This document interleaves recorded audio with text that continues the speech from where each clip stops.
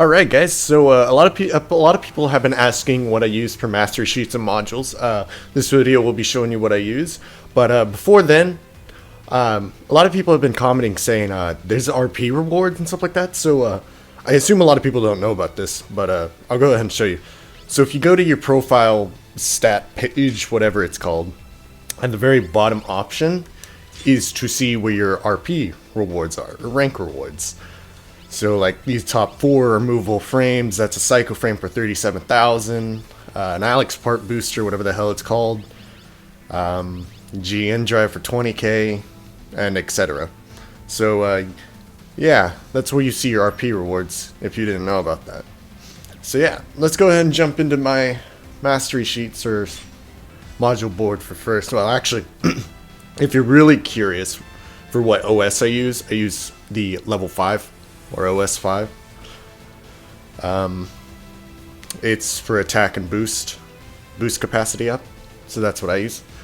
Alright, so let's get into this. Module board slot 1. This is my melee build, where I run 4 melee corrections, which is just what we believe is just damage for meleeing. And then then I use 3 melee penetrations, which is like, I think, kind of cutting through their defense if they have it. But, so yeah, then we run, for the defensive slots, we just have some beam defense to kind of be buff and not squishy. And then for the utility, we just run some boost capacity up kind of module things. So yeah, that is my melee build for slot 1.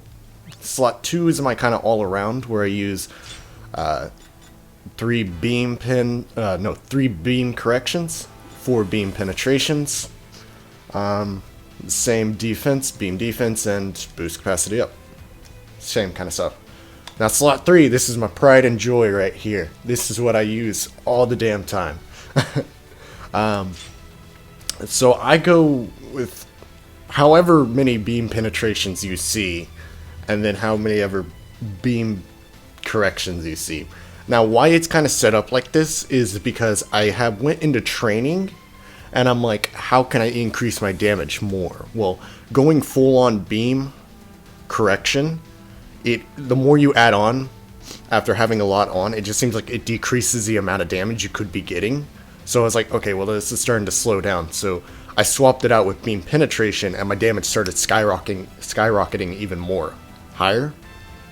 So it's kind of the point where if I decrease the pin, it'll actually decrease the damage, but if I increase, it's very weird, but this is how I got it to work. This is as high as the damage I can make it go with this kind of setup.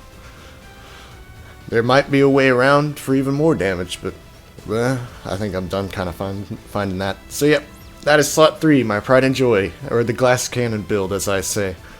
Alright, so slot 4, this was just something stupid. I was thinking, if I wanted a cat build, what should I run? Just defense or a bunch of boost capacities up? I spent 200k on this just to do this, and I was just shaking my head afterwards.